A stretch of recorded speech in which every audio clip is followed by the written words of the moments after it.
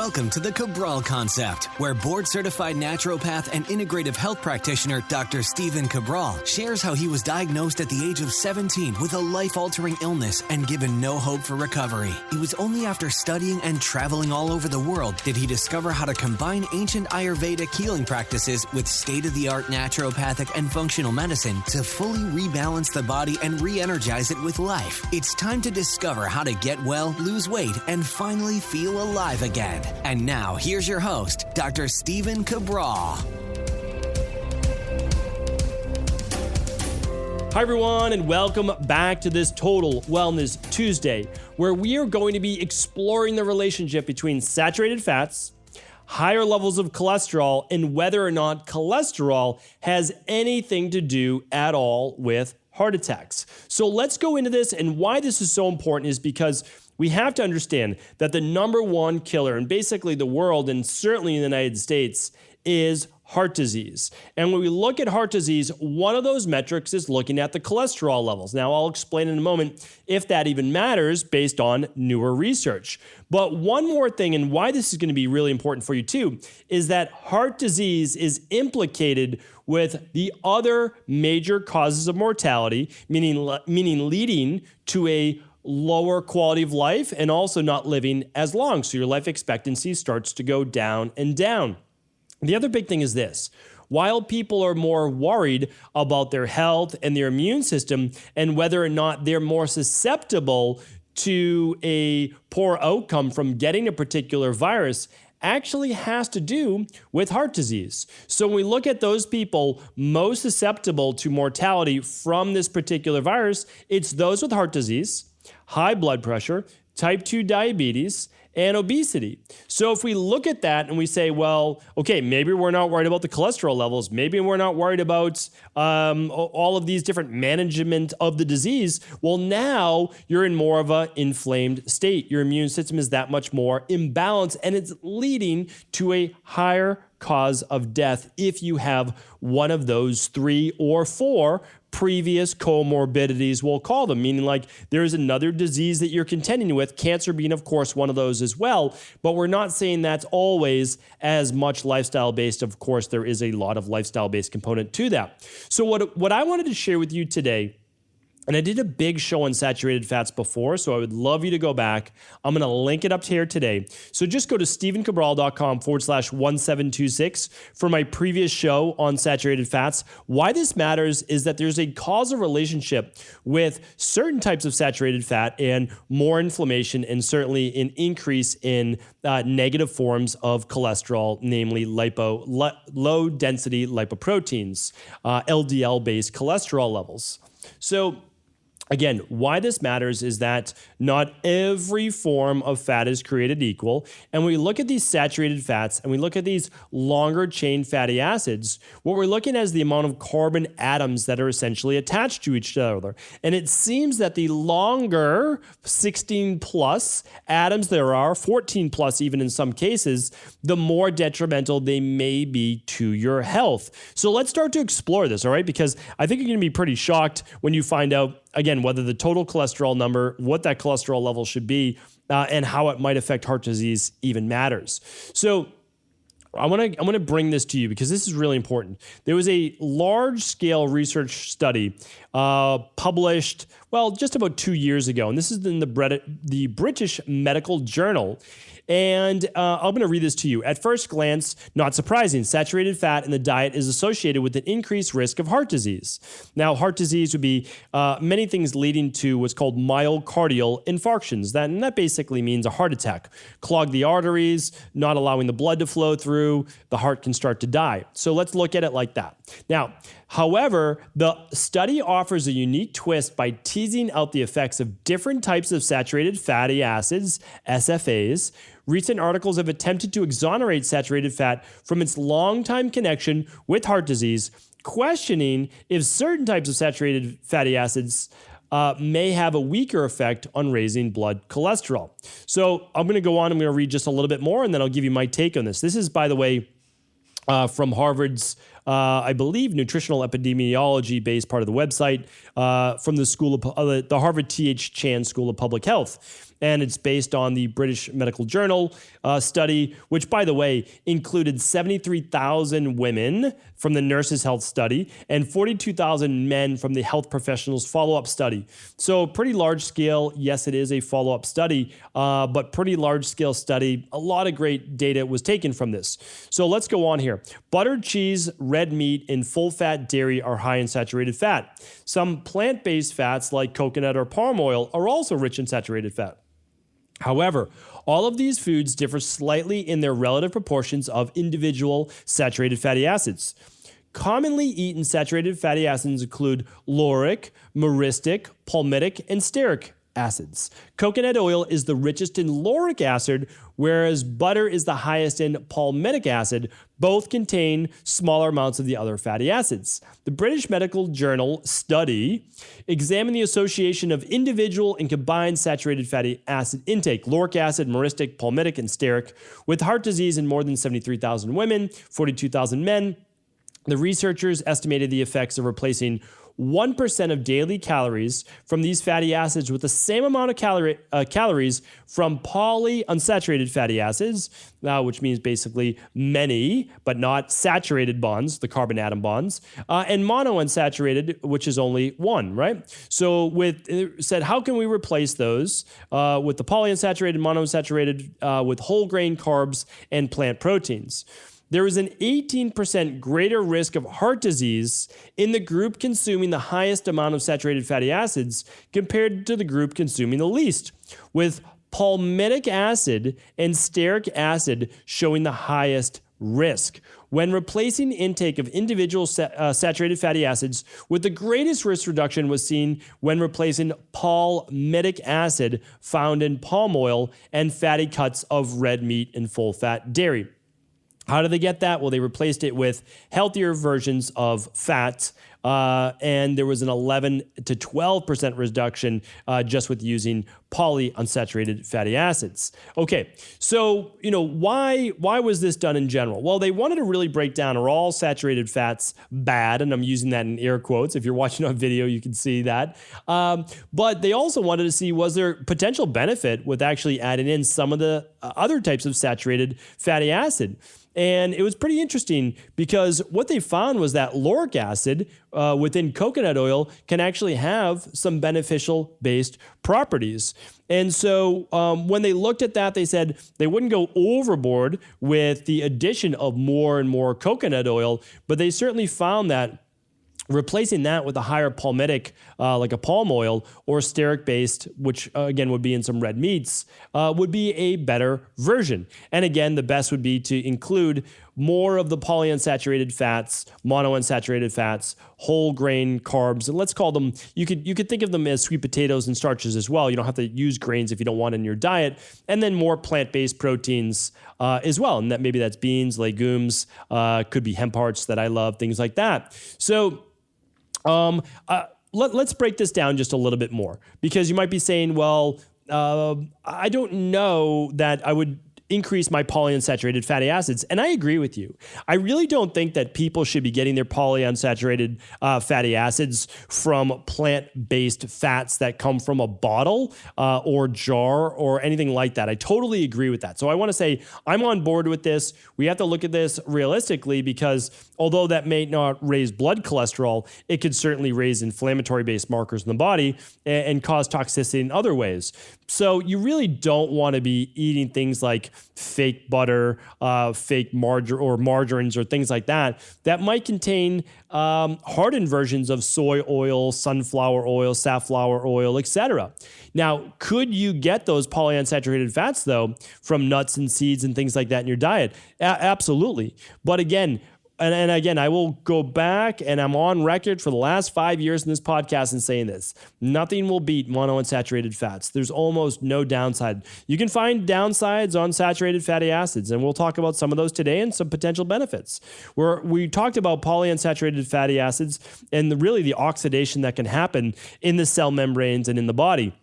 Now, keep in mind, though, you do need a relative balance of polyunsaturated fatty acids to saturated fatty acids in the body, because think of the saturated fatty acids as more of the hard-based molecules in a cell membrane, and think of the polyunsaturated fatty acids as more of the softer. And it's a bilipid membrane with hard fats and soft fats. Too many hard does not allow for basically aerobic-based metabolism in and out of the cell. And then, of course, if you don't have enough of that and the cell membrane's too weak with polyunsaturated fatty acids, well, then it becomes more of a catabolic-based environment where the cell membranes can break down at a much faster and higher degree. So it's always about balance. Keep that in mind. We don't want to go overboard. But as I've said before, monounsaturated fats are really difficult to beat. I mean, they honestly are. I'll probably do a separate show just on monounsaturated fats, but just for right now, understand that it's difficult to go wrong with your olives and some olive oil, not overboard on the oils, but certainly some olive oil has been shown to be absolutely beneficial. Olives, of course, more of the whole food. But again, people might not digest olives as well for certain other properties, and they can have some olive oil. Avocado can be a great one. Then, of course, there are other nuts like walnuts and others, macadamia nuts, that can be a great source of monounsaturated fats.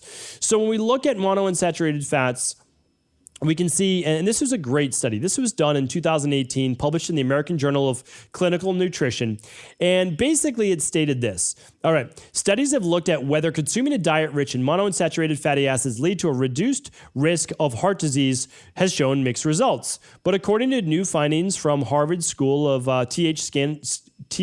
Chan School of Public Health, it makes a difference whether monounsaturated fatty acids come from plants or animal products. In the first study, they separately examined two types, basically MUFA, monounsaturated fatty acid sources, in relation to heart disease. Researchers found that while MUFAs from plant-based foods such as olive oil and nuts do indeed lower risk for heart disease, MUFAs from animal products such as red meat and dairy do not provide those benefits. And this goes back to the 2008 study published in the American Journal of Clinical Nutrition. I will link that up today at stephencabral.com/1726. It said this is excerpt. Previous studies did not differentiate the sources of monounsaturated fatty acids. Animal products such as red meats and high-fat dairy also contribute to MUFA intake. Although these foods are also high in saturated fats, this might explain why there have been inconsistent findings regarding total MUFA intake in relation to coronary heart disease risk. Overall, our data suggests that MUFA from plant-based foods are beneficial and should be used in replacement of fats from animal-based sources. This went back, used the dietary information of 63,442 women from that same specific study, and also about 30,000 men from the health professional follow-up.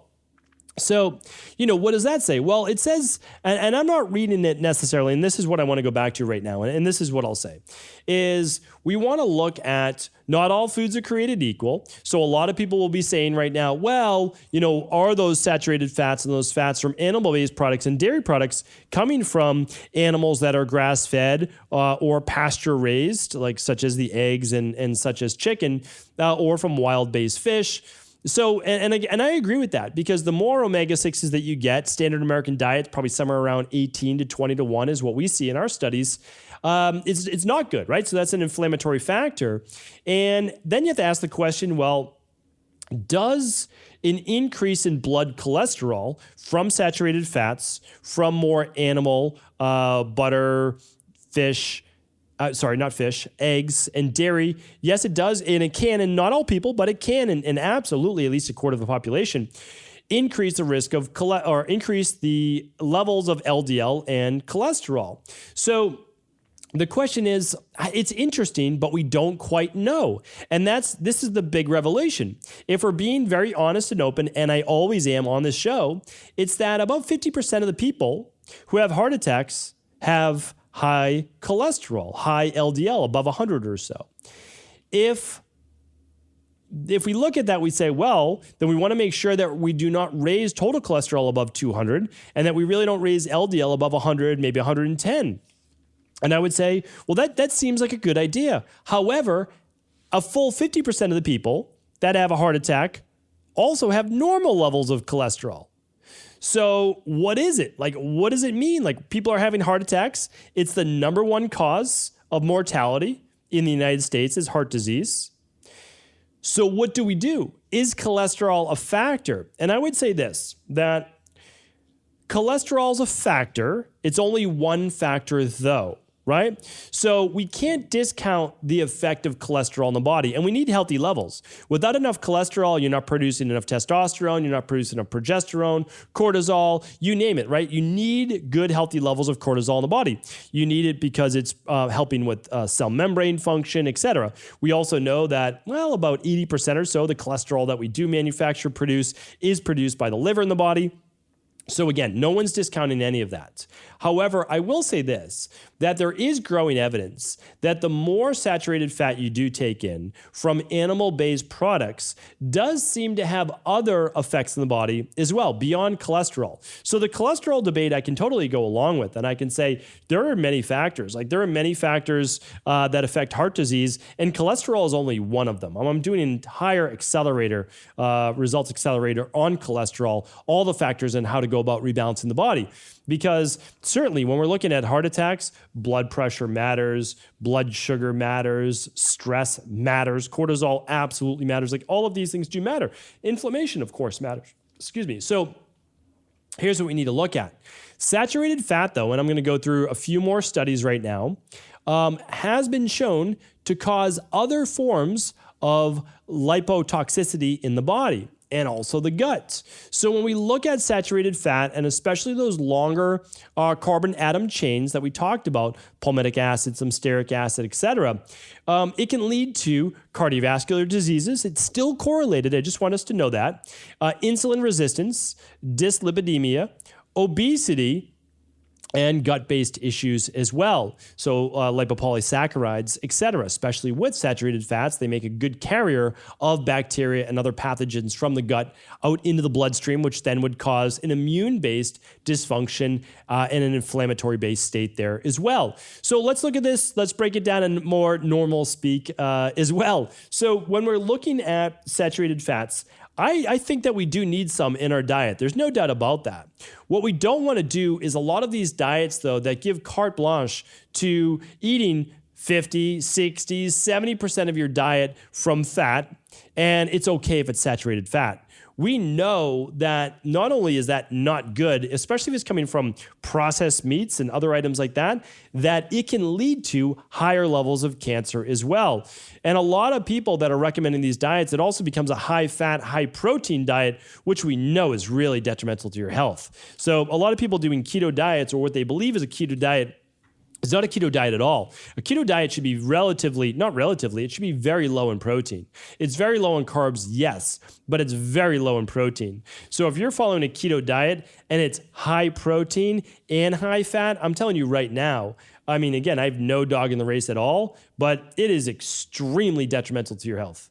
They're probably, I mean, you can make an argument that it's even more detrimental than a high-fat, high-carbohydrate diet, which is definitely going to increase blood sugar levels, weight gain, etc. There's no doubt about that. But a high-fat, high-protein diet is going to cause potentially much greater risk in terms of cancer, heart disease, etc. So there isn't a good one, right?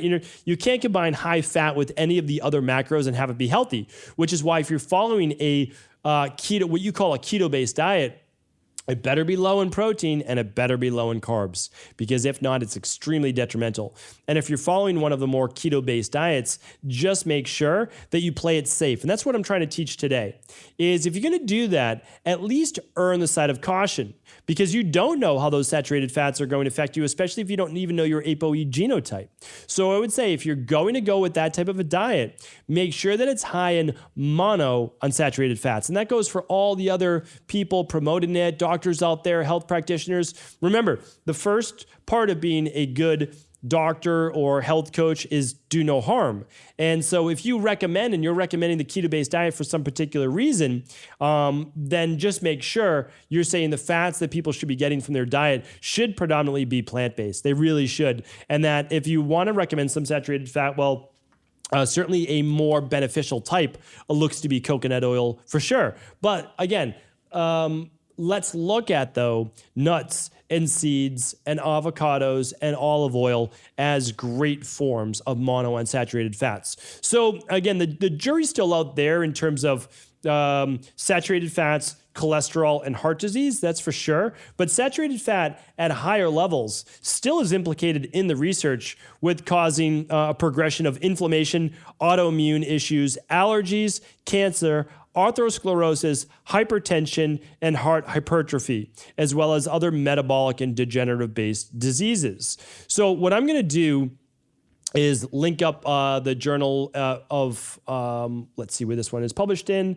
Well, without going too much into this, I'm going to link all of them up and all the research studies at stephencabral.com/1726, because some people will want to go more in depth and some won't want to go as in depth, and that's okay. But what we have to look at is eating good overall clean food. Because although nutritional epidemiology and all the research can't give us all the answers yet, we could even look at the scientific studies, the ones saying, well, do monounsaturated fats provide benefits for the heart? Well, again, we have to look at this also with common sense. We know that monounsaturated fats are highly beneficial for overall inflammation levels of the body, for the heart, for all of those things, but they do predominantly come from a plant-based diet. And again, I am not saying that you can't eat some animal protein. I'm really not. And I'm not saying that you can't eat fish, and I'm not saying that you can't eat eggs, and I'm not saying you can't have some dairy, ideally more of a sheep or goat-based dairy, which is much easier to digest and far less allergenic to children and adults. So what I want to say is more of a balanced approach, but when you look at humans, you look at the human digestive tract, and you look at all of the benefits that we know, like the only anti-cancer diet that we know of is a diet high in brightly colored fruits and vegetables. So I just want to have common sense based discussions as well. There can be a time and a place for lower carb diets. We do it in our practice as well. There's never a time and a place for a higher protein diet, except for body transformation. Now remember, you can be on a really high protein diet, and it can be high in fat. Again, a lot of people are talking about this with carnivore-based diet, those types of things. But do keep in mind, they will get you lean because, again, there's a lack of carbohydrates in that diet. It's not necessarily balanced, but it can work in the short term. But what we want to look at is, okay, well, what's good in the short term? And then what can we transition to that we know is healthy in the long term? And again, I don't have a dog in the race. Continued research into longevity and what's best for us. But if you're willing to put chips down on something that's most likely to win, it's going to be more of a natural human diet. It's going to be one that would be easy to access foods, fruits and vegetables and fiber, brightly colored nutrients. Again, if you have gut issues, there is a correction to this. It's not to eliminate the foods that you're sensitive to right now. In the beginning, yes, but run a candida metabolic and vitamins test. Run a bacteria and parasite stool test. Run an IgG food sensitivity test. You can do all of these on your own. You can talk to your local functional medicine doctor, naturopathic doctor, integrative health practitioner, or run them over at equa.life. You can find all of the labs. You can have them shipped to you pretty much anywhere in the world and run them to figure out what's going on with your gut. But if you can't eat any type of carbohydrates because you gain weight, or they cause you bloating, gas, autoimmune issues, you should figure out what the underlying root cause is to that. So then you can go back to a diet that, again, whether you look at the blue zones or whether you look at these epidemiological studies, it's your best bet. If you have a super high fat diet, high protein diet, in the long run, could you be okay? You could, but don't bet on that, right? That's the thing. It's like, don't bet on it. When things go wrong at 65 years old, you don't want to say, oh, I wish I did this, right? So what I want to do is just share with you an open mind today on why I don't believe that saturated fat should naturally be implicated in higher levels of cholesterol and whether that cholesterol even matters in terms of heart disease. We know that it's one causal factor. Let's play it safe. Let's eat healthy. Let's be healthy. Let's live healthy. And let's share this information with anyone, as I always say, you believe it could serve. Thanks so much. Take care. For all the studies that I listed today, spoke about today, head on over to stephencabral.com/1726. Take care. Ever wonder what the best sauna, blue blockers, sleep trackers, wake lights, salt lamps, or other health gadgets are? Or what about the top non-toxic mattresses, sheets, soaps, bath products, toothpaste, and cookware? Or would you like to know the cleanest choices for hemp parts, meal delivery services, supplements, and much more? I personally curated, researched, and now created a resource page of all of my top picks that continues to grow each week. These are the exact products I use in my own life, with my family, in my private practice, and they're the ones I trust.